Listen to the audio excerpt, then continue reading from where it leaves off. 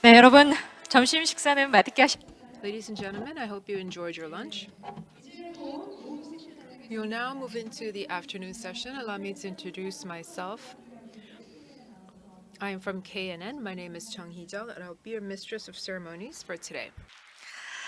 네, 이제 오후 세션을 시작. Following the morning session, we will begin the afternoon session, which is held under the theme of ports responding and adapting for the future under the changes and future strategies of ports.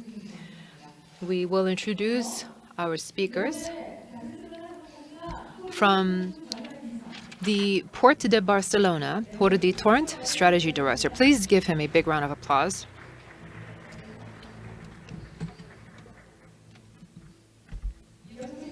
Please welcome from the MPA Singapore, YY Tam, Senior Director.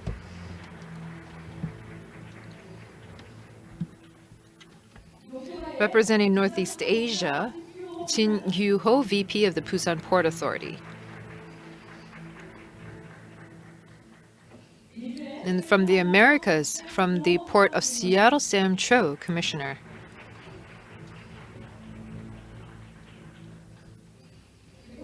Serving as panelists, please welcome Anders Domstrup, CEO of the DP World Korea.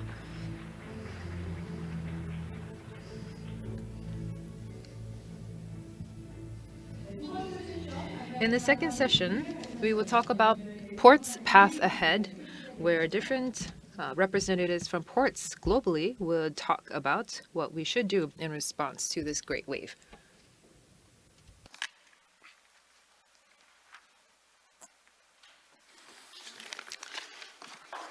Okay, thank you. Thank you so much for the presentation.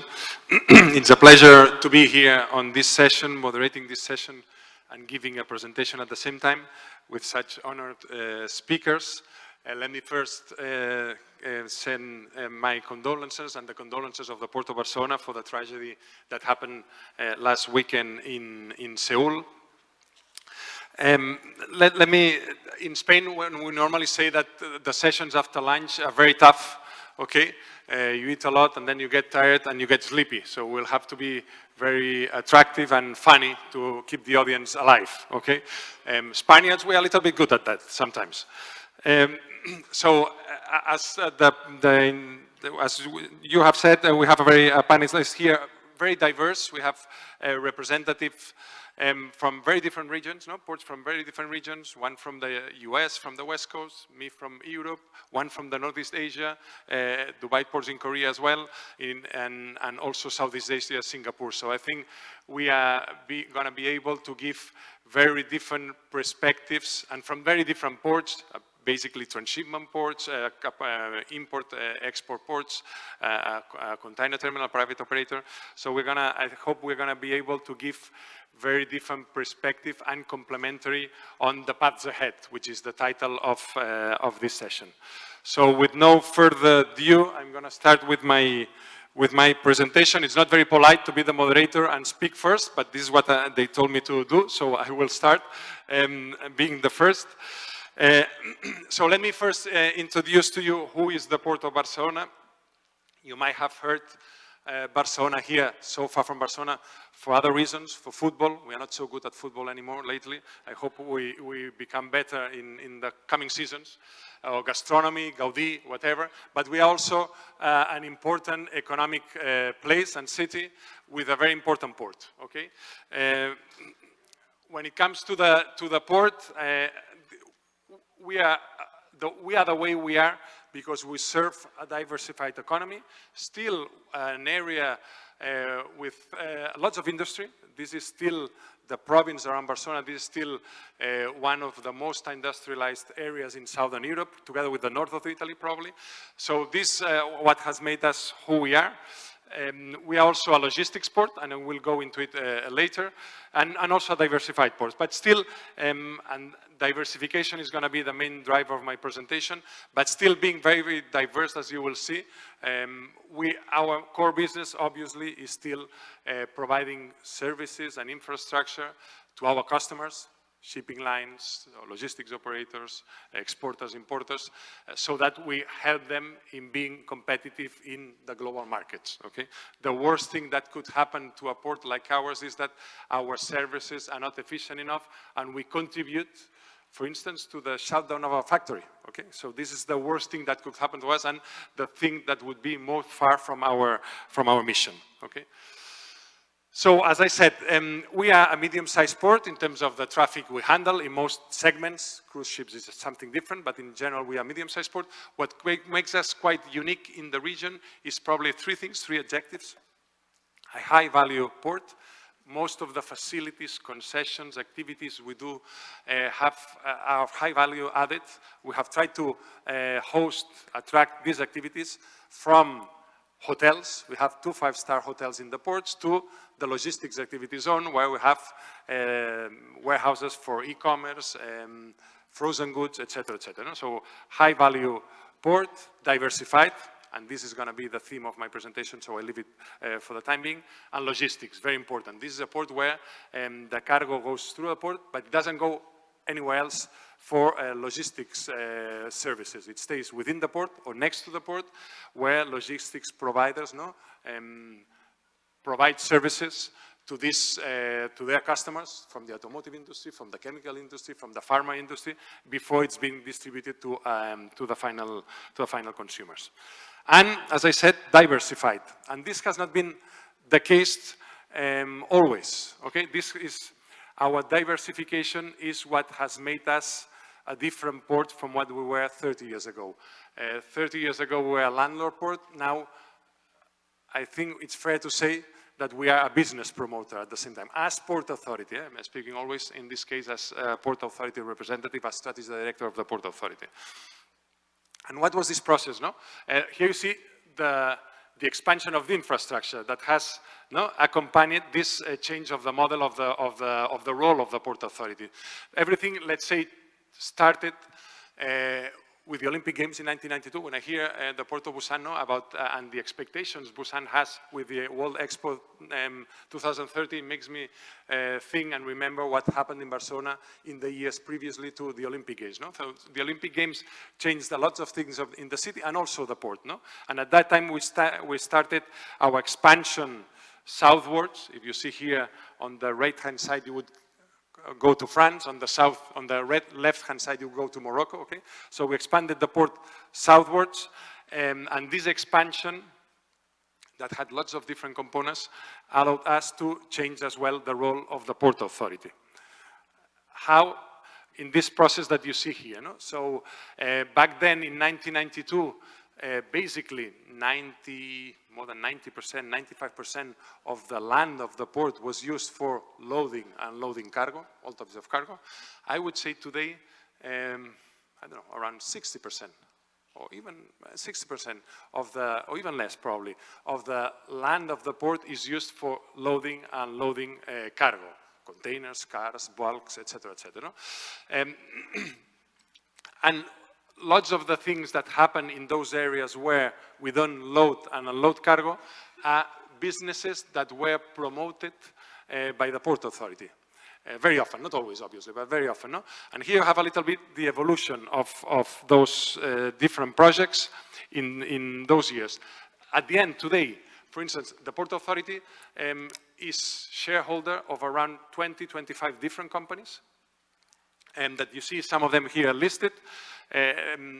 Starting with at the beginning, no? For instance, at the beginning in '92 with the Olympic Games, we received the first cruise ships in Barcelona. We didn't have facilities for cruise ships. We didn't have terminals. We just had to put a tent, no? And let the passengers go down, etc. So we developed and we created a company, Creuers del Port de Barcelona, no? In order to be able to develop this business where you didn't have at that time in Barcelona private companies that thought that this could be a profitable business, okay? Now we are not part anymore of this company, Creuers del Port de Barcelona. But at the beginning we had to create this company in order to develop the infrastructure, the services, etc., because the private sector didn't seem to be ready to invest in Barcelona because they didn't see the business. In this sector now we have become the first port in the world in the cruise industry outside Florida in the US, okay? This when it comes to cruise ships, another very important development at the first stage, at those first stages, our port community system as well. This was a development of the Port Authority because the port community at that time, and I'm speaking at the beginning of the 90s, didn't believe in the port community system. They were happy the things, how we were doing the things, with papers going around the port or everywhere. So we had to develop this port community system. Then when we finalized these expansion works, came other type of businesses. For instance, we started constructing inland terminals in Spain and also participating in inland terminals, for instance, in southern France. Okay, so nowadays, today, the Port of Barcelona is a shareholder of 8 different inland terminals in Spain, 7 in Spain, 1 in France, with different participations, from 40%, because we can never have the majority, till 3%. Okay.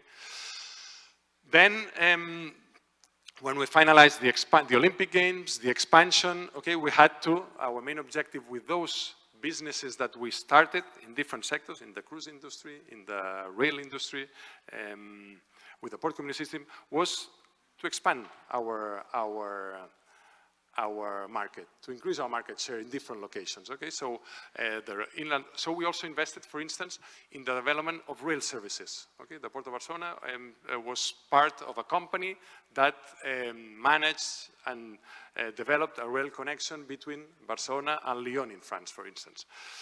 And now, more or less, we have reached the final, now in the stage where we are now. What we have done a little bit is focusing in, and I will put an example at the end of the presentation, because we are in one of the most, the examples we like the most, which is the collaboration we have with the Port of Busan. So we developed different partnerships with international organizations or other ports, such as the one I will mention with the Port of Busan. And what we expect for the coming years, this stage that you see, 2023, 2025. So basically, what we are doing now, starting to do now, is doing similar things in three sectors: decarbonization, innovation, and training. And these are going to be basically our business promoter activities in the coming years. Just to name 2 examples.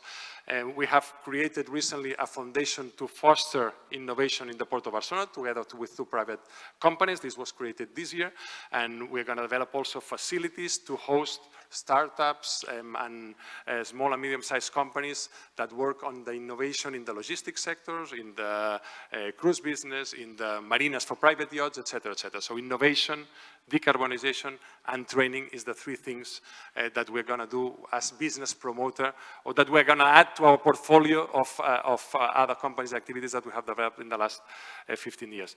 And by the way, you see here the Americas Cup. This is not something that we are part of as a shareholder, but I take the opportunity to invite you all to the Americas Cup that will be hosted in Barcelona in 2024. This is the 37th edition of the Americas Cup, and I invite you all to be there with us on 2024. Okay.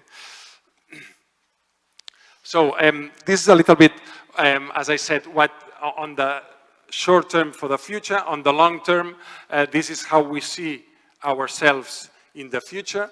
And as you can see, most of the things have to do as well with decarbonization, innovation, etc., etc. In some of these areas, we will have to take the lead. In others, fortunately not, because the private sector takes the lead. But as you see, circular economy, clean fuels hub,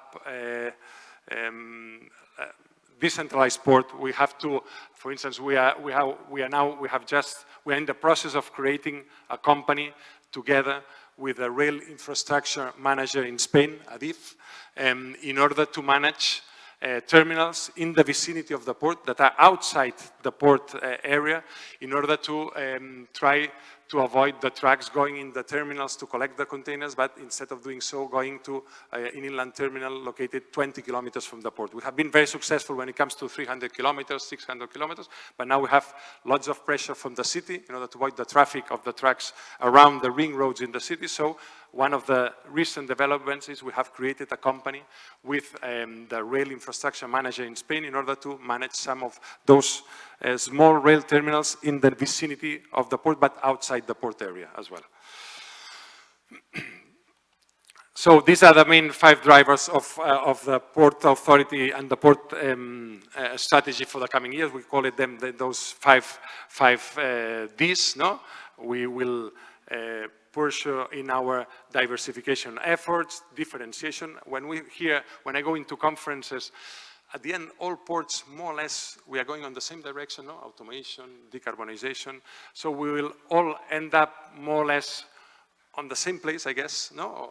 Advanced ports at least, no? So at the end, what you have to do is to try to be a little bit faster.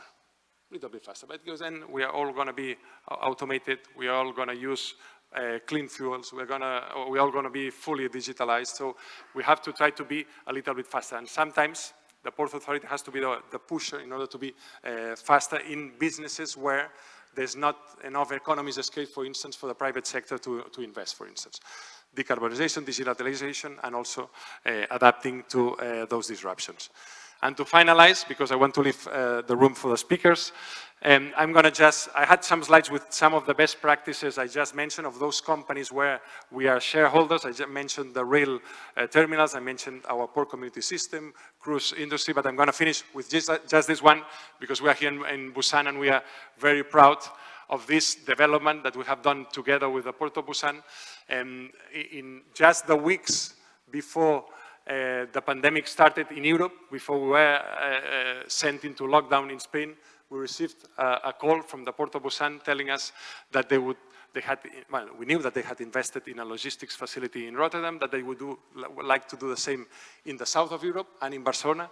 So together, during these 2 last years, we have developed with the Port of Busan a company where they have the 51% shares of the company, we have the 49% shares, and the purpose of this company is to obviously develop commercial relations between Korea and Southern Europe and Spain, but in particular, we are managing a warehouse in the logistics activity zone of the port that we offer to Korean companies in order to help them in the distribution of their products into Europe. So this warehouse is managed by 2 logistics operators, one Korean and one French, and this is a project, I believe, in the Port Authority industry, quite unique, no? Of collaboration of 2 different port authorities from 2 very different regions developed, and we are really proud about this project, and it's been a pleasure to work here with the Port of Busan during those 2 years, and I hope that for many more years in this project. So I will leave it here for now, and I will pass the floor to Mr. Let me see the order. Hold on. I don't want to. Where have my paper? Sorry. I think the first was Mr. Tan, I think, from the Port of Singapore, I think, from the Maritime Port Authority. So thank you so much.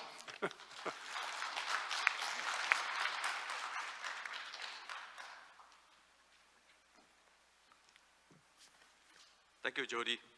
I think before I start, I'd just like to take a moment to express my deepest condolences to the people of South Korea for the incident that happened last week. I wish that it will never happen again. Right. So, good afternoon, ladies and gentlemen. Thank you for inviting MPA. I would like to thank Busan Port Authority for inviting MPA and this opportunity to talk to all of you in this Busan International Port Conference. In the next 15 minutes, I'll be sharing how MPA decided to chart the new era of shipping in Singapore, in particular focusing on our key considerations behind the development and also the key driving thrust that's driving the master planning as well as the development of the Port of Singapore.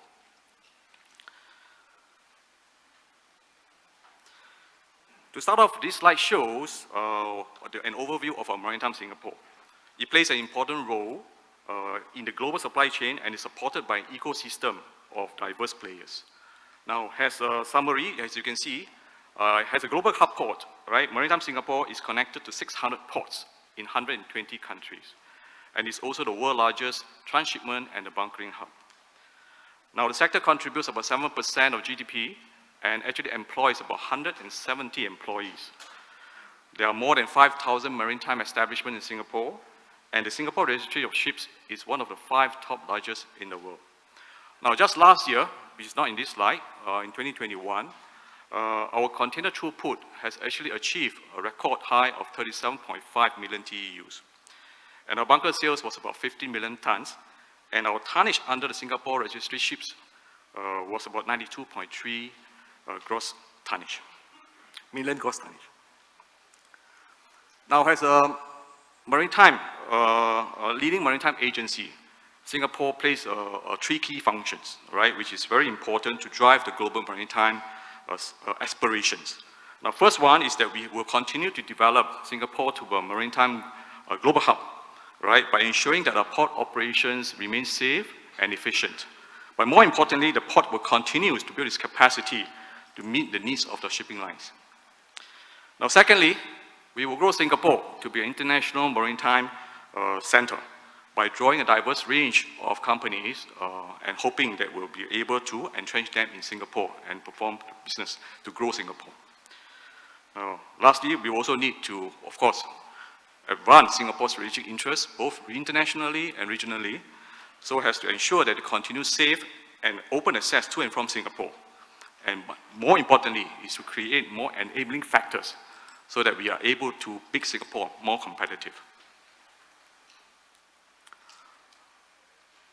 Now, maritime is in Singapore's DNA, right? We were trading as far as 700 years, known as Temasek, right? Has a major trading center along the old Maritime Silk Road that's connecting east to west. Now, during our colonial days, we were Entrepot, serving the global maritime center. Now, as a young budding nation then, we decided to move into containerization in the 1970s. And since then, we never looked back, and Singapore has become one of the world's largest transshipment hub and bunkering hub in the world. Now, the next milestone for Singapore is to focus on Tuas Megaport, right, which is to cater for the future growth of the container handling demand to meet the port needs as well as the shipping needs in the Port of Singapore. Now, to position Singapore as a premium global hub port, right, we will focus on the fundamentals of ports. The first container terminal in Singapore started in 1972, and today our container terminals in Brani, Keppel, as well as Tanjong Pagar are geographically separated, right, and located in the city center. But they have a capacity right now operating of around 44 million TEUs. Now, Tuas Port. Tuas Port is going to be different. It will be developed at scale, all right, and will be consolidated port operations in 4 phases with a combined capacity of 65 million TEUs. Now, the first 3 berths, some of you may have been aware, have already been operationalized since last year. And this will support the liner's growth as well as the boost connectivity that is vital for our transshipment hub success. Now, through consolidation, we are looking to boost operation efficiency with economies of scale and reduce the terminal haulage as operations, whether they are at sea or on road. This not only save time, but also it can also lower the emissions of carbon footprints. Now, to be a future-ready port, right, we will facilitate the transition of a low-carbon future and zero-carbon fuels for the port, and also develop supporting infrastructure, right, as well as to ensure that our port are protected against climate change. Now, our Tuas Next Generation Port is planned and designed to grow with 3 key objectives in mind. First is to maximize the berthing capacity for container operations. Secondly, is to optimize the sea space, right, capacity for navigation of ships. As some of you may have been aware that we have about 1,000 ships that's actually moving around in the port limit of Singapore every day. Lastly, we need to maximize, right, the rough flexibility for berthing of ships, because this berth or this port itself is designed for the next generation of ships and vessels. The next generation of vessels we're talking about is about longer than 450 meters, and Tuas Port we have linear wharves, deep waters, as well as very wide turning basins. Now, to ensure navigation safety in our port, right, Tuas Port is also designed with a whole very wide access channel and turning basins and fairways for ships to navigate safely. Now, Tuas Port is also designed very specially for maximum tidal flushing. Right? This is something unique in our port because we hope that through this design, we are able to minimize, or rather, no need to have any maintenance for the next 30 years. Now, transport is a collective of whole government approach. We don't do it alone. There are several agencies in Singapore that come together to do the master planning. Now, our main objective is to plan our transport on four key thrusts. Number one, the port must be intelligent. Number two, it must be efficient, safe and secure, and lastly, green and a community port. Now, transport occupies about 1,337 hectares of land, but however, notwithstanding the large tract of land that we're talking about, we will continue to optimize the land use in Singapore, because as you know, Singapore is very small, and our land is very scarce. We have no choice but to innovate. Now, we have designed for synergistic facilities to be housed together within a port. For example, we have actually housed our customs operations together with the immigration, custom and checks, so as to streamline the container truck clearances process. Our container freight stations, as well as other synergistic warehouses, are also co-located to reduce the required movement of the cargo over long distances. Now, we also make provisions, right, to build an additional space, right, above the port.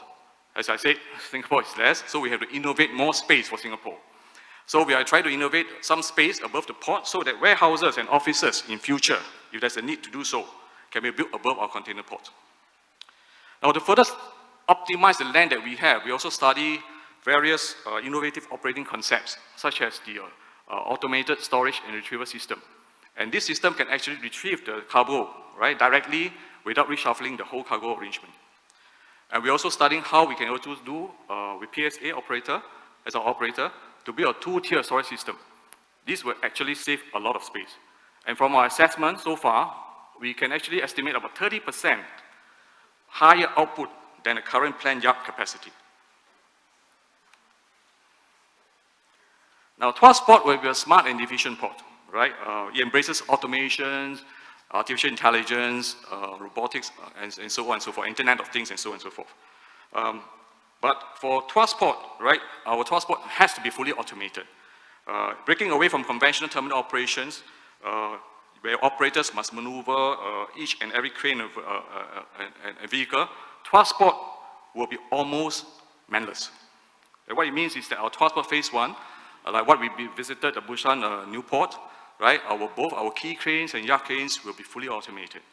And apart from that, we have AGVs, the automated guided vehicles, controlled by the smart digital control system that can actually transport containers from between the wharf area to the storage yard areas. Now, with automation, we have managed to raise the productivity, solve the manpower constraint, and more importantly, reduce the turnover time of containers bound for transshipment, thereby saving large amount of temporary space for storage of containers and also land optimization. Now, to build an intelligent port, we leverage on technology, right, by overlaying physical connectivity with a layer of digital connectivity. We have four key systems in our envisioned digital port system. One is digital port at SG. Some of you may have been aware of it. Some of the, I think, BPA colleagues have been working with my MPA colleagues on this. It is Singapore's version of Maritime Single Window, which will simplify the reporting formalities, right, for ships calling at the Port of Singapore. Second, we are focusing on a concept called Digital Ocean, right? This will actually bridge the shipping ecosystem and facilitate the one digital port, right, to talk seamlessly to another. We hope that this will actually be able to be more efficient for all the ships calling at the Port of Singapore in future by using this Digital Ocean. And finally, we are also working very aggressively on a new concept called Digital Ship, right, to facilitate data exchange between ship and shore system, as well as our Singapore Maritime Hub to enable secure data exchanges.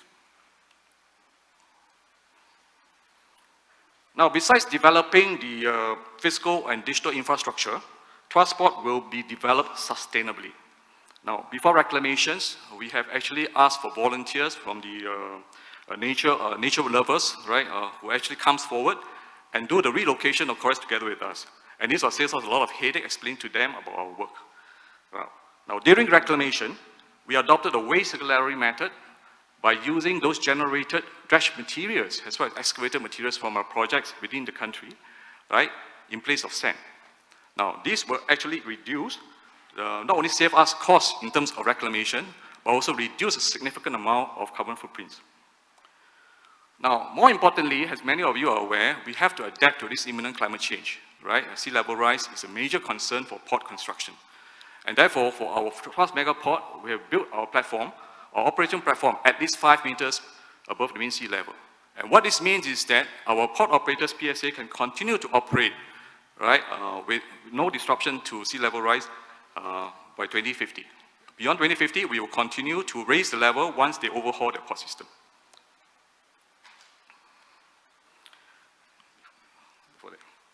Now, also to make our transport, before I go on to the next slide, before next transport, we will also have to electrify most of our equipment, right? Most of our transport equipment are electrified with no diesel or fossil fuel in play. So we hope that this will be enough to green the transport, which we are planning to do so by tapping on the grid alone. Now, there will be smart grid and battery storage system to monitor the energy, at the same time also to make sure that energy consumptions are efficiently used. Now, to maintain Singapore's position as a key maritime nation as well as a maritime hub globally, we need to address the existential threat of climate change, as what I mentioned earlier, and we also need to accelerate our climate actions and decarbonization efforts. Now, to achieve these objectives, we have recently launched what we call a Singapore Maritime Decarbonization Blueprint 2050. Now, we have actually launched this in consultation with the International Advisory Panel, right, that advise us what are the initiatives we should adopt, and also in consultation with our industry partners. And more than 200 queries was actually given to us to improve this blueprint.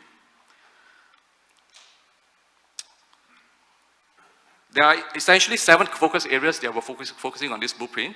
It covers from the domestic efforts all the way to internet shipping, as well as internet shipping, as well as underpin our harbour crafts, as well as our port infrastructure, and so on and so forth. But more importantly, it's underpinned by all the R&Ds and all the talents that we're supposed to build, right? But one important point about this blueprint is that we have further committed, right, to the industry what we're supposed to do in the initiatives by committing ourselves to the industry to say that we will fund them or fund these initiatives for another $300 million so that they were able to come on board to us in the fastest possible time. Finally, a community-oriented port. What does it mean? Now, we know that a port cannot just function alone without support. So beyond transport, right, we are working to integrate the port with the industry to build a very sustainable and efficient trust ecosystem. Now, we plan to cluster synergistic businesses together so that they will be able to create more synergies, the port industry synergies, right, that will be able to strengthen the link between the port and the businesses. But more importantly, it's able to reduce the logistic costs, right, at the same time offer significant carbon footprint reduction, right, through shorter supply chain, at the same time for this resource optimization. Now, we are also working to make transport a more livable or desirable place to work in, right? So the government and the respective sister agencies that we have are trying to improve the accessibility to transport, because transport in Singapore is quite far because it's located in the west. So we must make sure there is enough transport, right, to fetch the workers to and from work. So we are trying to work with our land agencies to make sure that there are enough buses, make sure there are enough MRTs, and make sure the traffic conditions to the ports are well planned and implemented. At the same time, we also have to make sure there's enough housing in the west so that our workers who are actually wanted to shift to the west and stay nearer the workplace can actually stay and live there. Now, over the next 10 years, we're trying to do that, and hopefully, once it is implemented by 2035, everything will be smoothly carried out, and the operation can be smooth, and the trust ecosystem can actually support our port operations. Now, in summary, this is my last slide, but what I want to end off with, which is just to mention to the conference here, is that we need to continue to work very hard to ensure that Maritime Singapore remains the premium green marine hub with sustainable kind of connectivity. But not only do we want to fill the hub port with innovations, but we also want to fill it with green talent as well as commitment for the future port of Singapore. Thank you.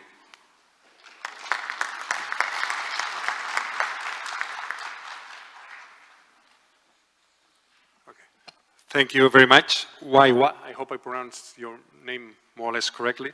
Thank you very much for the presentation on the development plans of the Port of Singapore. Now it's the turn of Mr. Jin, Vice President of Busan Port Authority. So the floor is yours. Thank you.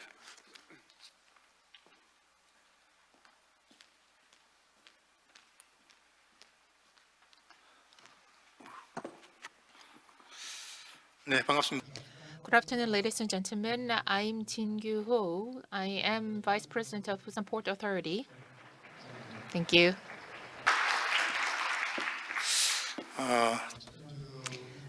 Before I begin my presentation, I would like to pay my condolences to those who passed away as well as their bereaved families. I can see that I'm shorter than other speakers. I cannot actually see the audience here. Today, I'd like to talk about Busan North Port Redevelopment Project and what is coming next.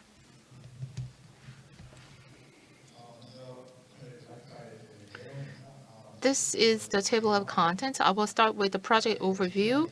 Then I will move on to each complex-related plan, landscape plan, waterfront park, and phase 2 of Busan North Port Redevelopment Project. Let me start with the project site in phase 1. So this is the slide which captures the areas subject to this phase 1. Nampo and Gwangbok, well, this refers to old downtown area. Haeundae, Marine City, Santam, Gijang, these areas are so-called new areas of Busan, which is the Busan's biggest commercial area. But compared to this area, Nampo and Gwangbok, this old downtown, is rather decrepit. So through redevelopment project, we want to revitalize this area. So this shows the relationship with the higher level plan. In 2020, the Ministry of Oceans and Fisheries announced a master plan for the redevelopment of the North Port. There are 7 different complexes for innovation and urban centers. And among those 7, phase 1 covers Eurasian Gateway and culture and waterfront areas.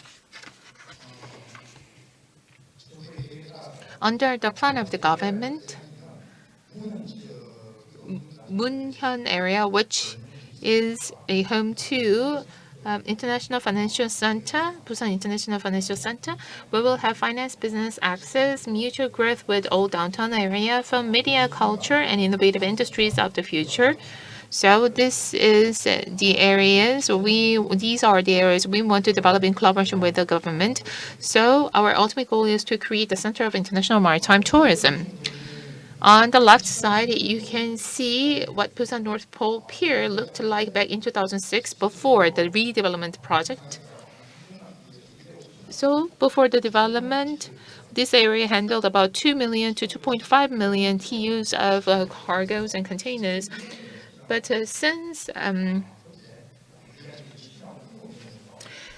but with the opening of Newport, there was a need to change values that North Port brought. So in 2008, redevelopment project began. And with that, we focused on revitalization of the local economy as well as to create a new tourist attractions. This is the timeline of the project. In 2007, the government announced the Busan Port Redevelopment Project. Groundbreaking was in 2008.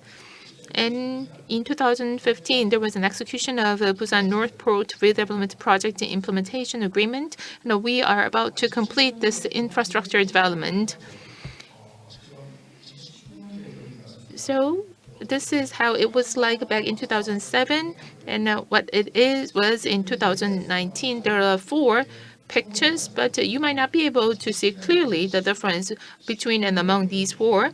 But between 2007 and 2019, in terms of the waterways and roads and waterfront areas, well, there has been such a great expansion as we pushed ahead with this project. The government, local authorities, experts have formed a roundtable of 38 members.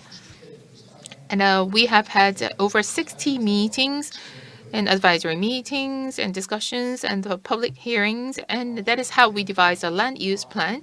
This is a project overview. This project groundbreaking was done in 2008, and by the end of this year, infrastructure development will be completed. The total project budget is 2.4 trillion Korean won. Pier 1, Pier 2, Central Pier, and Pier 3 and Pier 4 are all subject to this project. So entire project site area is 1.53 million square meters. Reclamation will be done. So all in all, I believe this project budget would reach 8 trillion Korean won. If you do the redevelopment project, then the public site would occupy more than 50%, but we increased the rate to 73%, and the private purpose land would be around 27%. So this project has such a strong nature pursuing public interest. So we would have a lot of cultural facilities and transfer centers, as well as waterfront facilities open to the public. In 11 sites, construction is well underway. For example, waterfront park, scenic waterways, and so on. So by the end of this year, we will be able to complete this construction of infrastructure. We are well over 94% of the progress.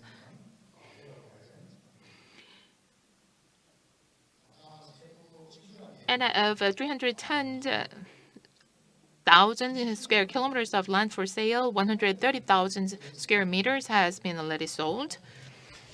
And this is the land supply. Here in red is a commercial district. So Busan Station and this passenger terminal will be the two axes where this commercial district will be located. So this will be the perfect location for international business district. We have 3 land lots, and all of them have been already sold out. So I believe this is the first area to be active. And this is for the IT media exhibition. And this space is expected to be filled with a video and media-related content. About 50% of the land lots have been sold out. In line with the name of the complex, Busan Daily Newspaper, Busan Broadcasting Station, and Busan MBC have finalized their decision to be based in this complex, and this is the area with a keen interest from media companies. And the next one is a landmark district or marine culture complex. This is a symbolic place located at the center of the project site and the largest area as well. 113,000 square meters in size. Tender has been sent out to private businesses. So this will be by far the most important landmark of this entire North Port redevelopment project. As Singapore has Marina Bay Sands, and California has Apple Park, and Dubai has Burj Khalifa, I believe this area will be the symbolic landmark of Busan or Busan Port. Within the same marine culture complex, well, there are some available land lots. So along the waterways, the areas is shaped. So we will have culture, reports, leisure, and commercial and tourism facilities in order to support the landmark facility. The next one is urban complex. About 15% of a port redevelopment is allocated to residential area, but our decision is to go smaller, about 27,000 square meters of land. But this is to prevent the city from going all empty during the nighttime. Next one is multipurpose port complex. this refers to this very building.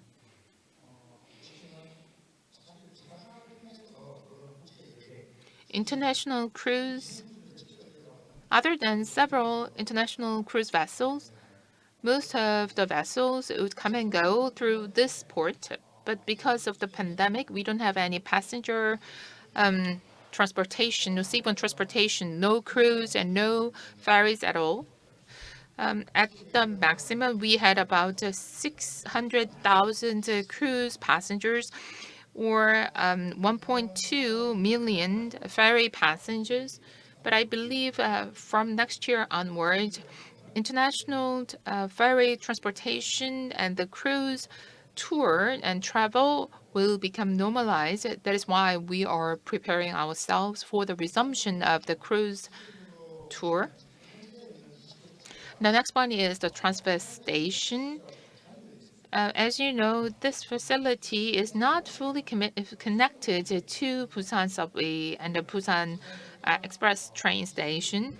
We want to build a deck which is 60-meter wide in order to connect this building and this convention center and the Busan station. Since this is a transfer center, this will also present some transfer features. Next one is Marina. In Haeundae, we have a marina facility, but that's not enough at all. So with the budget of 70 billion Korean won, we will build a 5-floor building to offer leisure experiences and programs, ski and scuba, for example. And we will also have a mooring facility for yachts. And we will also accommodate various commercial facilities so that Busan citizens will come and enjoy various leisure programs, marine leisure programs. Next one is cultural facilities, which is the Busan Memorial Hall. This is a passenger terminal which connects Busan and Jeju. There is only one route between from Busan, and to Busan, which is between Jeju and Busan. But that lane has a history of 100 years. So we want to highlight the history and historical value of the lane as well as this pier.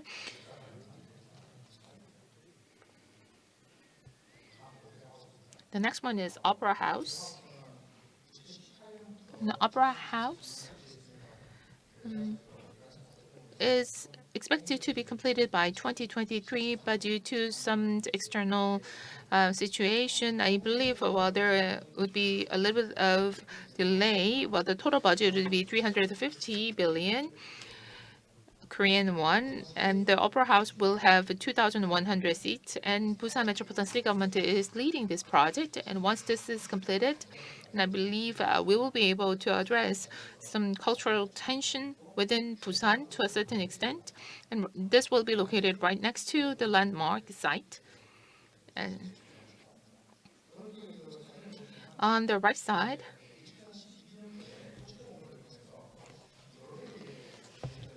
this is the winner of the international competition of the design. I think one Norwegian architect will propose this idea. And then this is where, this convention center is. This opened 2019, but it is in the working distance of Busan Station. It has such a great accessibility. So it hosts over 400 international conferences and domestic conferences. Since this is located in the middle of Busan, logistics and the port industries would love to use this facility for international conferences and various events. One of the key parts in our redevelopment project is to create a waterfront park so that we can return the values and the benefits of the space back to the citizens. So along the waterways, we created a park. The title of this space is Interactive Pier. I don't think you can read what is written on the slide, but there would be some sand beach or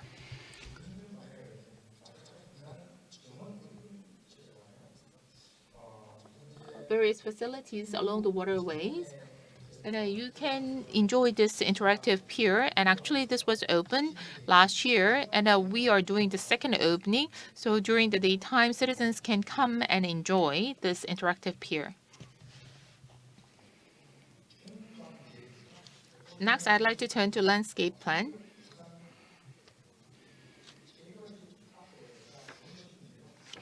So old downtown is quite close to this redevelopment site. And most of the old downtown is located on a hill. And we want to make the most of this terrain. So if you look at the sea from the old downtown, you can enjoy a great view of the sea. At the center, it is rather low. So we designed this space in the shape of a seagull. So even from the old downtown, you can enjoy the great view of the sea. That's the approach. And in order to do so, as you can see, we have extremely managed the flow rate, and we also tightly control the building coverage ratio and the floor area ratio, as well as the maximum height. And as for the maximum height, in order to secure and guarantee the view, the height of the buildings located in the middle would be lower than the buildings on the other two sides. This is the biggest challenge at hand for the redevelopment project, which is the accessibility of the project. So we took three different approaches. The first is to 60-meter wide deck for pedestrians. The second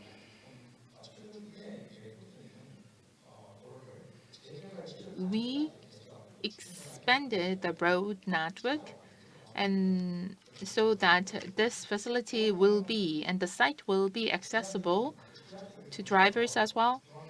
And the next one is subway. We will introduce and build a tram route so that this facility can be accessible via tram after using the subway network.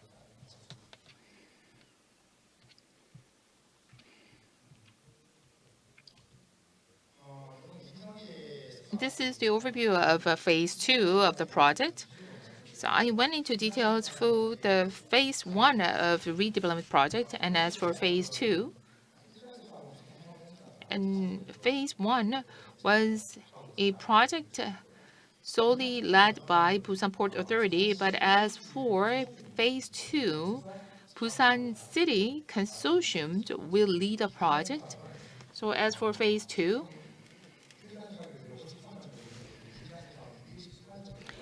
we have a larger project size, which is 2.28 million square meters. So some of the Busan Station parking spaces will be used, and Busan Station's exhibition hall will be included in the project site as well. And the residential area behind Chansongde area will be included in this project as well. So phase 1, the connection was ensured through this deck. And in phase 2, parking spaces and the Busan Station will be redeveloped. So accessibility will be further enhanced. As for phase 2, the budget is 4.4 trillion Korean won. BPA has the largest stake of 45%. LH, Busan Metropolitan Corporation, and Korail are the members of this Busan City Consortium, as well as Busan City. This is the project overview, phase 1 and phase 2. The reason why I elaborated on phase 1 and phase 2 is because we are running for the winning of the bid for World Expo 2030, and we will have those who will review the Busan as the host city for Busan Expo 2030 will visit Korea next year, and I believe this Phase 1 site as well as Phase 2 will be utilized for Busan World Expo 2030. Phase 1 covers the area which was developed over the last 100 years since 1905 during the Japanese colonial rule, the Korean War, and the Vietnamese War, and the 5-year economic development plan, which spanned 25 years or so. And the project Phase 1 site is the area which drove Korea's national economy. And Phase 2 will be the driver of the economy based on cargo transportation and marine tourism, marine business, and marine culture. And then this will be the driving engine for Korean economy in the 21st century. Today we are joined by world-renowned experts from home and abroad. We have some participants from the embassy. And I would like to ask for your continued support for the successful completion of Phase 1 and Phase 2 of the project and Busan's successful candidacy for World Expo 2030. And with that, let me conclude my presentation. Thank you.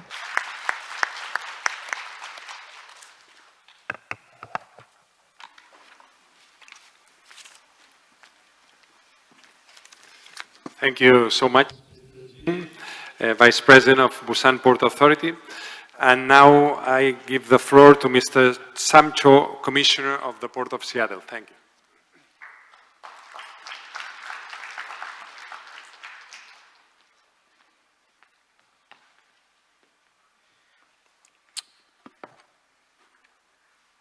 First and foremost, I would also like to offer my condolences to those whose loved ones perished last week at the incident in Itaewon. Our hearts and prayers go out to those families. Good afternoon. My name is Sam Cho, Commissioner at the Port of Seattle. 안녕하세요. 시애틀 한방청위원 샘 조입니다. 오늘 My name is Sam Cho. I'm the Commissioner at the Port of Seattle. It is an honor for me to be here. As you can tell, I am Korean American and I can speak a little Korean, but that's all the Korean you're going to hear from me from this presentation. If you want to test my Korean, you can find me after the presentation. It's my honor to be here today and present to you about the Port of Seattle's plans for investing in the future, in particular about infrastructure and sustainability. We at the Port of Seattle have what we've labeled the Century Agenda Goals. These are our guiding principles as an organization. We have 6 principles. The first one is be the greenest and most energy efficient port in North America. The second one, going down, is position the Puget Sound region as a premier international logistics hub. The third one is become a model for equity, diversity, and inclusion. The fourth is advance the region as a leading tourism destination and a business gateway. The fifth is responsibly invest in the economic growth of the region and in all its communities. And lastly, it's be a highly effective public agency.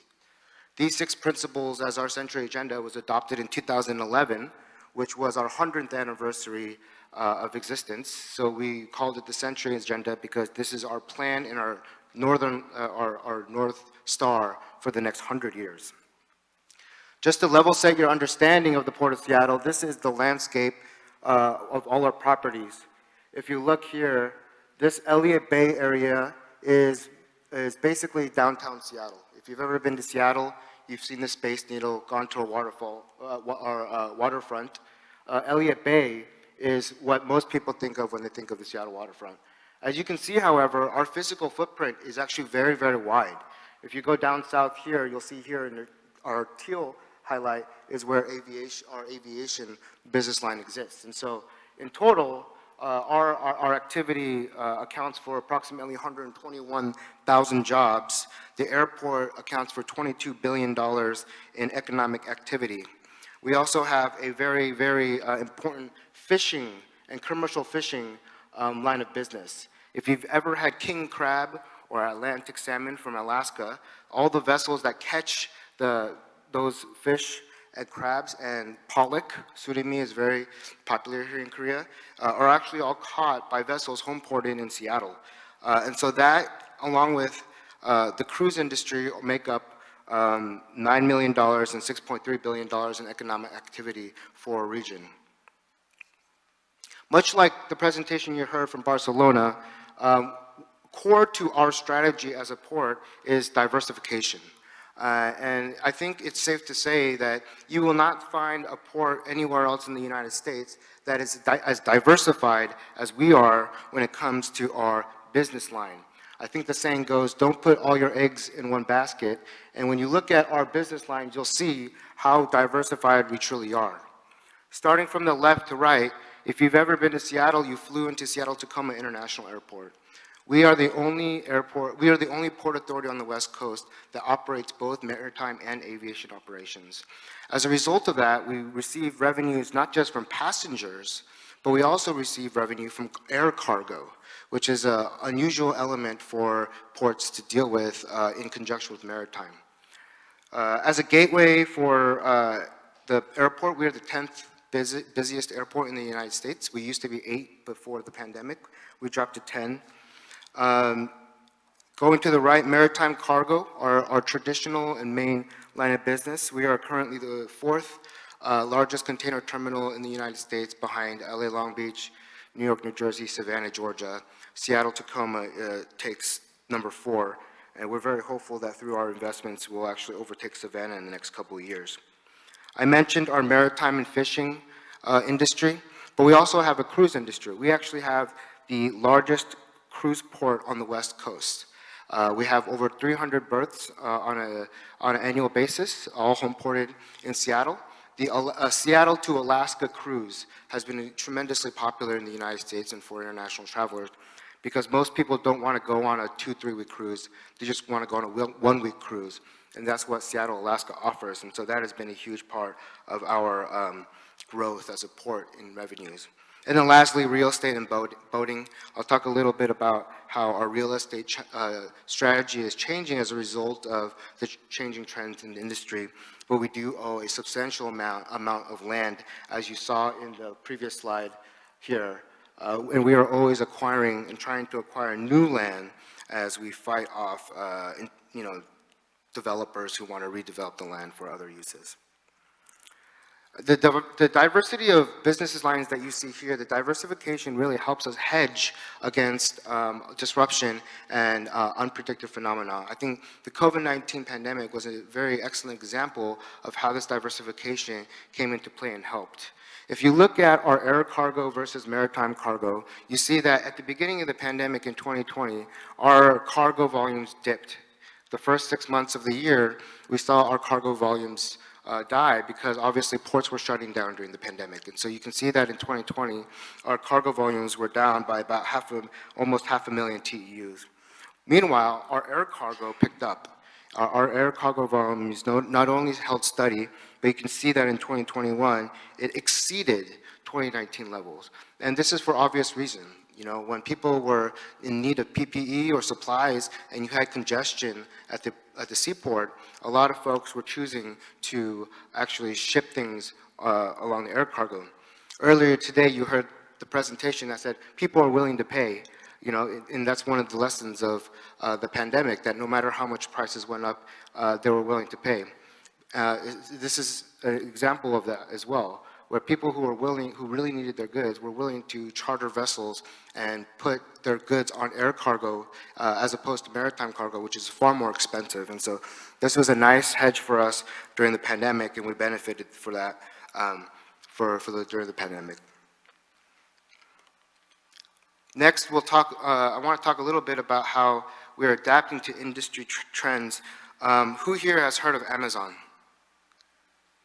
Really? That's it? So in case you didn't know, Amazon is headquartered in Seattle. Jeff Bezos started Amazon in Seattle.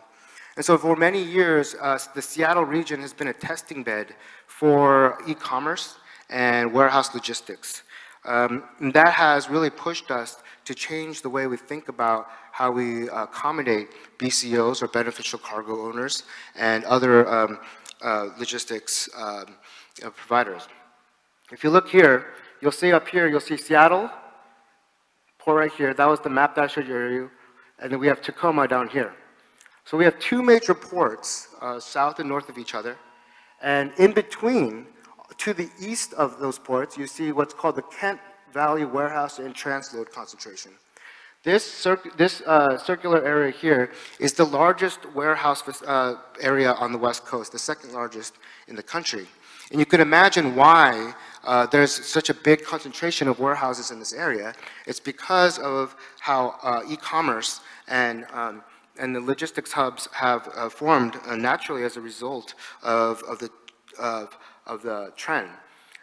The Port of Seattle and the Port of Tacoma are adapting to a new business model, one that we call the transload business model, right? And so traditionally how the logistics would work was you would just import your goods at the port and you either rail or truck them out to your final destination. Now what's happening is that importers are bringing in their containers, they're draying it to a local warehouse right here in Kent, and then they will do what's called pick and pack. They basically unpack the 40-foot containers and they repack them into 53-foot containers. And this is because they are strategically repacking containers for the warehouses for the last mile travel. So because Amazon, Walmart, Costco, they now have fulfillment centers all over the country that facilitate the last mile. What they're doing is they're repackaging containers to 53-foot containers, putting them on rail or truck chassis, and taking them to the last mile facility. And so this has dramatically changed the way that we have invested in our real estate and our warehouse network. And this is extremely crucial because one thing that makes us unique as a port relative to Long Beach or LA is actually our rail. We actually, a lot of the imports that come through the Port of Seattle and Tacoma often end up in the Midwest. And so a lot of the imports come from the Midwest, and a lot of our exports also come from the Midwest. A lot of the corn and grains get railed from Chicago out to Seattle, Tacoma, and exported through the Trans-Pacific. And so the rail infrastructure that we are connected to on the West Coast is crucial. And this is actually becoming more crucial because we are seeing increased competition from Canada. In particular, Port of Prince Rupert and Vancouver have been huge investors in their domestic rail system in Canada. And so a lot of shippers are actually taking their cargo to Vancouver or Prince Rupert, and they're putting it on a train and taking it to Chicago. And so for many years, we were losing market share because we were underinvesting in our rail infrastructure. Another area of investment that we are making to diversify our businesses is actually automobile processing. Traditionally, Mazda and Kia were very large importers of automobiles through the Northwest Seaport Alliance. As of September, we struck a deal with Hyundai Glovis to import all their Hyundai vehicles through the Northwest Seaport Alliance. Before, the Hyundai vehicles would actually all go through the Port of Portland, and because the Hyundai Glovis is starting to transport vehicles outside their portfolio companies like Kia and Hyundai, they're going to start transporting vehicles from China as well as Europe. They wanted to expand their footprint at a larger port, so we were able to expand our auto processing facility. This picture here is actually the ceremony for the first ever Hyundai vehicles coming through the Seattle-Tacoma Gateway.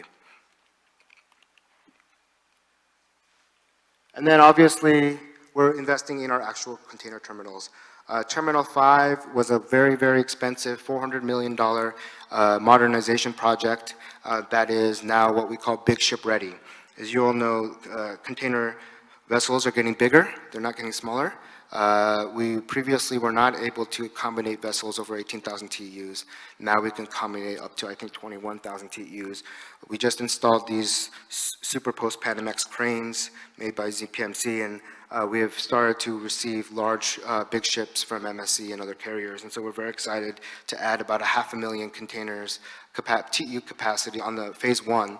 And the phase 2 will actually also be able to double that capacity. Next, I want to transition into some of our sustainability initiatives. At the Port of Seattle, our goal is to become the greenest port in North America. And so one of the first things that we did is commit to investing in shore power, or also known as cold ironing.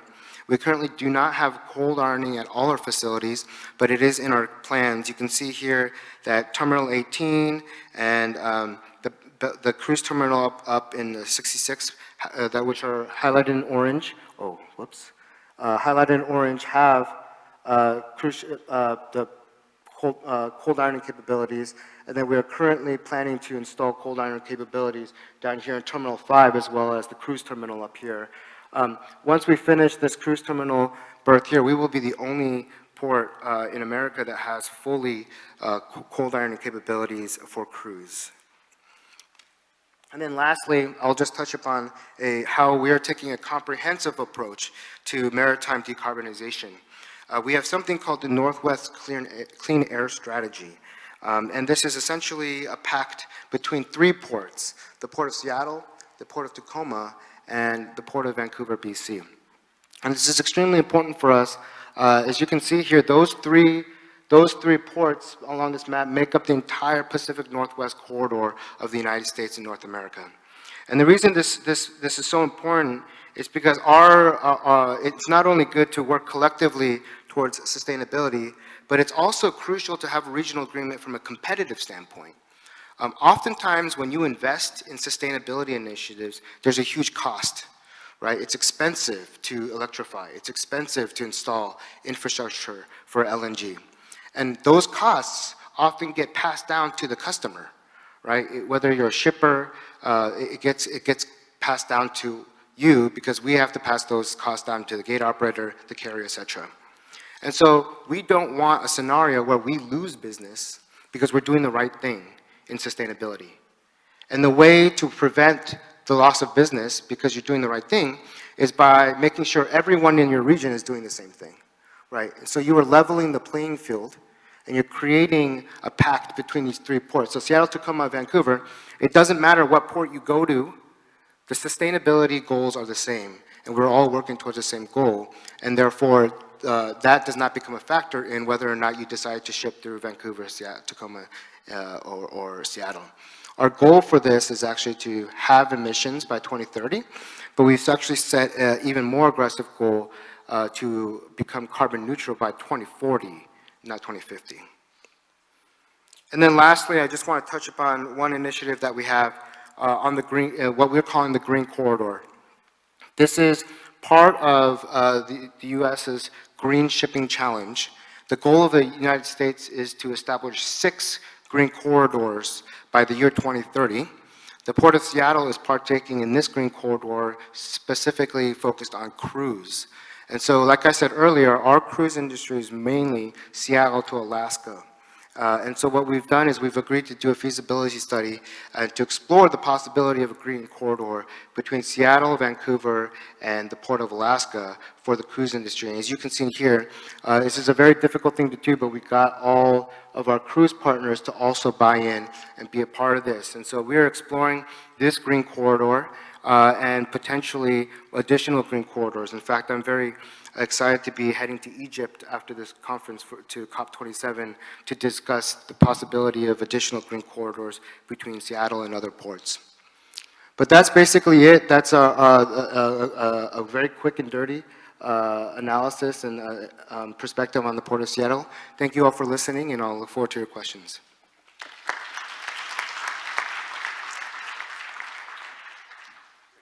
Thank you so much, Sam. And with further ado, I'll give the floor to Anders Dommerstrup, General Manager of Dubai Ports here in Korea, for the last presentation. Thank you.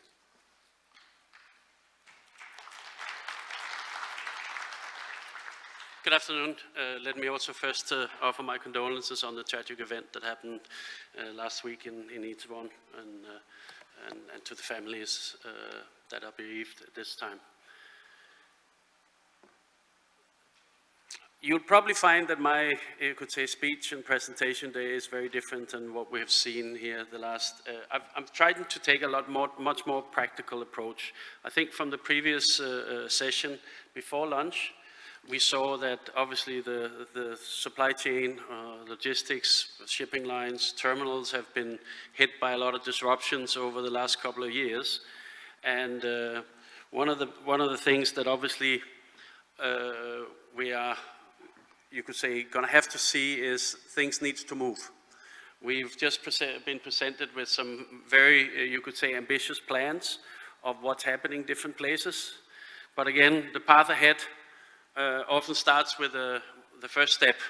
So I've tried to kind of be a lot more maybe practical in my approach to what we've seen. And as this is a little bit from the ports and terminals kind of aspect, but I'm pretty sure shipping lines have also been, you could say, having to look deep as to what are the immediate next steps. Frank, he mentioned also in his that he's having legislation next year that's already gonna, you could say, sit on top of him, and they need to respond to it very quickly. Terminals, the very same. We have a changing market where congestion over and now also demand, supply-demand issues are impacting the way that the shipping is functioning. Around on-schedule arrival, which is something that shipping line often measure themselves with, and it hasn't been great, and how it's going to change is unknown. But one thing we can do as an industry is start adapting to it. There are tools now that can help us to plan better. We are often planning very short ahead. We probably need to plan further ahead and with a new outlook around how we do things. We also have had yard congestion, so there's been a lot of, all the presentation has mentioned that they have had difficulties handling all the volumes. So there are two options. We build more or we get back into how do we get more efficient again. And obviously we've had a lot of disruptions around the fact that we've seen a lot of the infrastructure haven't really held up well to initially the impact of COVID. And hopefully we're now at a point where living with COVID is, you could say, something that we can kind of move on with and adapt, and therefore get back to really focusing on getting these kind of efficiencies back into how trucks, how trains, how ships comes into port, and obviously how the port operators handle the vessels efficiently again. We also have, because of all these disruptions, had a lot of what we call in the terminal space unproductive move. And you, in different industries, they will have that stuff is waiting in the warehouses, they're full, truck moves that can't really, that are left with containers on because they can't be, go into the shop, or other things that are just cost wastage and efficiency wastage, because one thing that we've seen is also that there seems to be a big change in how people are working. Some works from home. Some wants to work from home. They have different priorities because of suddenly a different outlook. So how do we as industries that are very based on people really being on site at a terminal, things move on, you could say, around and are often being moved around manually by people. How do we adapt to these kind of things? Because things has to move. But it's going to be more and more difficult, and there are different options. To some of that, automation is something that everybody is, you could say, faced with, whether it's office automation, at terminals, it's automation around how our equipment is handled. That obviously links itself also to the efficiency and to safety. And I'm sure in Frank's running ships or logistics, it's exactly the same. There are going to be, we have to deal with these things, and how do we going to do that? But again, we can't just, building more is not necessarily an option always. We're probably going to face what we call retrofitting, meaning where we introduce automation, where we introduce all these changes to people's work patterns. That's going to be 95% of all the businesses. It's not going to be in new developments. So when we see Singapore are developing obviously to us, they still have the next 30 years where they need to also develop the rest of their facilities to cater to the existing market. So we can't just shift from one to the other and build our way into a new future. We're going to have to retrofit a lot. And that's always been the challenge, because as soon as it then impacts people in a different way. We obviously have COVID-19 that hopefully we are past and can live with it, but safety will remain. And I think we responded really well. Because we have now, as humans being, got you could say, that safety aspect that people do come first. We now need to transfer a lot of that urgency that we all put to bear with the COVID back into our businesses to make sure everybody goes home safe. And lastly, obviously what everybody also, we have the whole environmental that we need to integrate into our business, and that's also going to be a lot of retrofit. We're going to, as we saw with all the ships, it's only going to be a fraction of the ships that actually are being delivered that are having these new technologies. The rest will need to, it takes a very long period. So again, my focus is how do we need to all think the small steps ahead and get started, because there is a lot of disruptions around there right now, geopolitically. Well, COVID, elections, inflation, all these things are still around and something we need to do. So again, the immediate kind of, and here's just some examples, parts of some of these legislation things that we actually did before all this happened, we haven't really implemented it, to be honest, very well. We see it as a terminal operator, let's say the VGM, which is a safety matter. Everybody has legislation, which is fantastic, but we have absolutely no enforcement. So again, there are parts of it that we have to be careful that we don't just jump over these small steps and actually do them well. Safety, we have industries that are very much in silos. We leave it to the other party to do their part. And I think similar to with sustainability, as our friend from the Northwest mentioned, it's very difficult to do it alone, isn't it? So if you do it alone, but your neighbor, he's an environmental pig or whatever you want to call it, you're not really going to get any wins out of it. So we need to all get on board, and I think some of our weaknesses are we still deal with a lot of that in silo, and parts of it is that a lot of the legislation are very based on one specific, and one specific have to carry that burden. So I think also we are, as an industry, and as was also mentioned, all these costs are going to be anyway going to the consumer. But how can we make sure that we do it in a way that we can progress faster, but also do it in a both respectful and responsible way towards all our customers at the end. Environmentally, there's a lot of technology out there and a lot of technology that can be put to bear that also costs. It's also a disruption. And I think specifically with you could say, introducing that, it starts displacing people. I think it's something we probably don't spend enough time on to deal with the fact that a lot of the things we talk about will displace people from their current job into new functions. But there are many different ways, if we deal with it together, how to deal with that also in a responsible way. How do we work together to make sure retraining, whatever new jobs for people, getting them from one, you could say, job to another. And it's something we've managed fairly well with our kids, where they're actually being now almost brought up with the fact that they are likely to go into a cycle of moving jobs, or their jobs will, you could say, be made, call it redundant, or rather be displaced a little bit with automation. So that doesn't mean that it's that people should be not treated in a way that they actually can also be part of the value add to that whole chain. So I think part of, you could say, the immediate challenge is these automation implementations are going to happen sooner in our industry than we probably are ready for.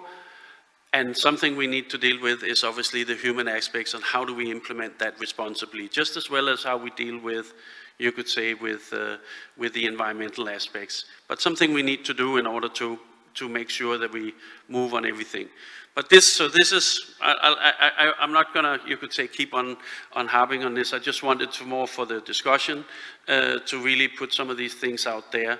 But the first thing is we need to take the first steps and start moving and do it now, even though we have all these distractions and disruptions around us.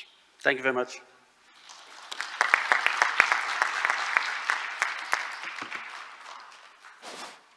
Thank you, Anders, for the presentation. I know how important respecting the schedule is here in South Korea, so I think we are 5 minutes away from the coffee break. I guess we can take. I had some questions for the speakers, but before I put them, I think it's fair enough to give the audience the possibility to put some questions. If not, I'm going to put them, understanding that we have 5 minutes left, more or less, till the coffee break. So before I put them, I will leave the audience, please, for questions.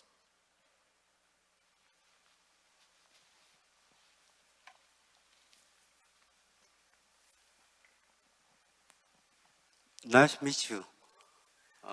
저는 부산 항만 Yes, I used to work at the BPA at Busan, and today I am a Deputy Commissioner of the Maritime Committee for the People Power Party. I do have a question for Mr. Wai Wa Tam, the Senior Director of MPA Singapore. I have to say I envy the Port of Singapore from the point of view of Busan.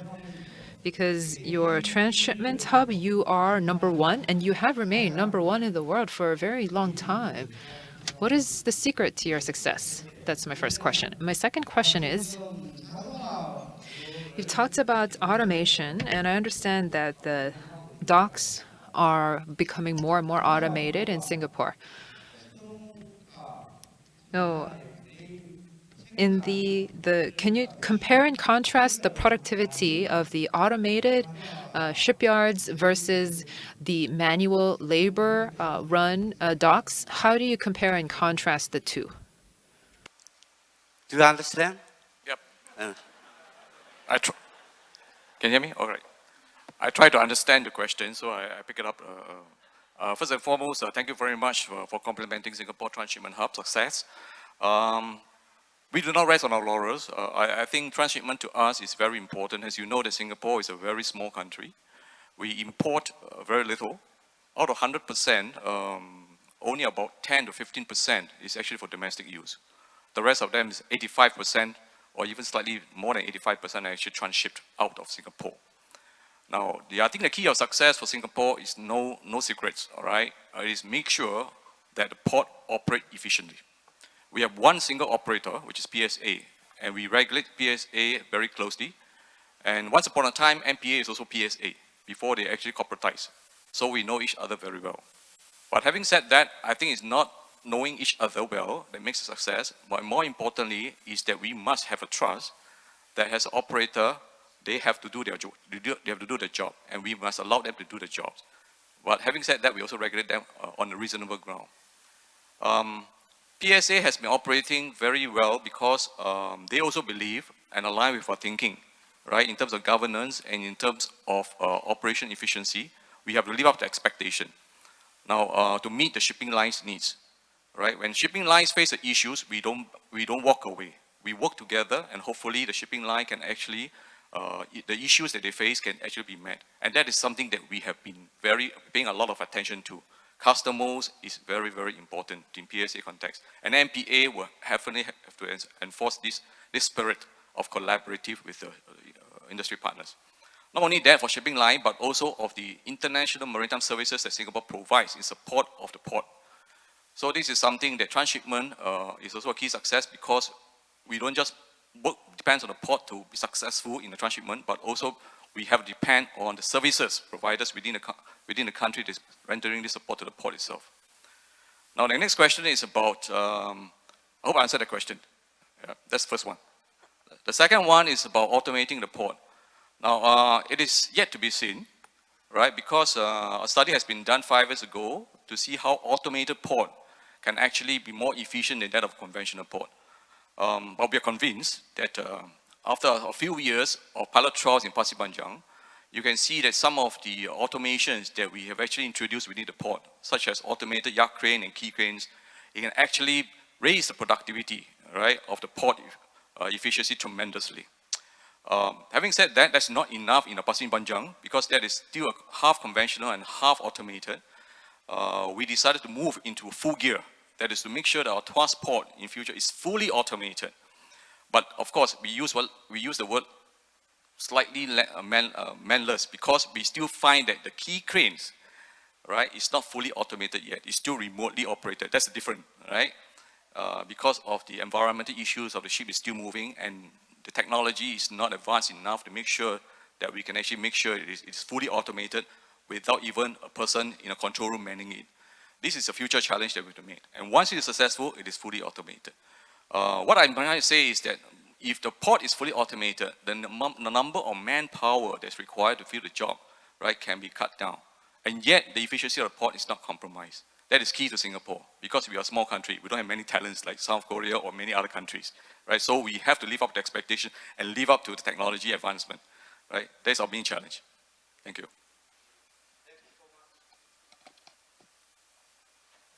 I don't know if we have time for other questions or we should leave it here. I'm looking at the organization. Yeah, one more question here, please.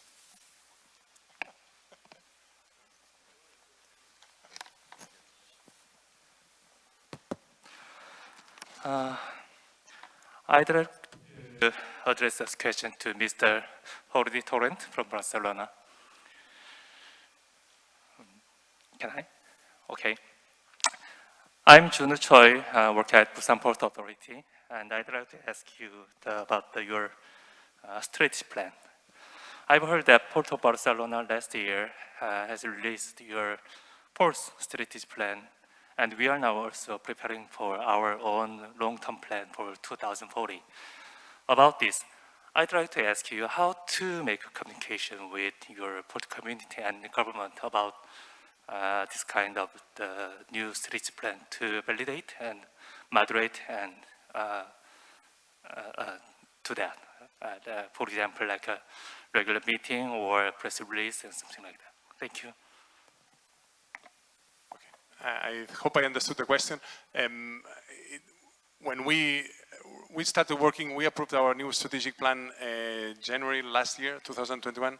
We started working on the strategic plan in February 2019. This was a collaborative process where we had more than 200 organizations involved. This included the port community, customers, NGOs, all the administrations involved. So at the end, the strategic plan is approved by the Port Authority, but the board of directors, where you have 4 administrations involved that took part in the discussions, and also the private sector, trade unions, etc. So in the process of developing, writing, and approving the strategic plan, we have all those parties involved. And at the end, this is, according to the Spanish law, we approve it, and then is ratified, let's say, by the Spanish government, by the central government based in Madrid. So this is the process we took in the approval of this, in the development and approval of the strategic plan. I don't know if I answered the question. Thank you. Gracias. Okay. Okay, so I'm afraid we have to leave it here in order to respect the program. So thank you to the panelists for this very interesting session, and to you and the audience for listening. And I think we have to go 20 minutes for the coffee break. Thank you so much.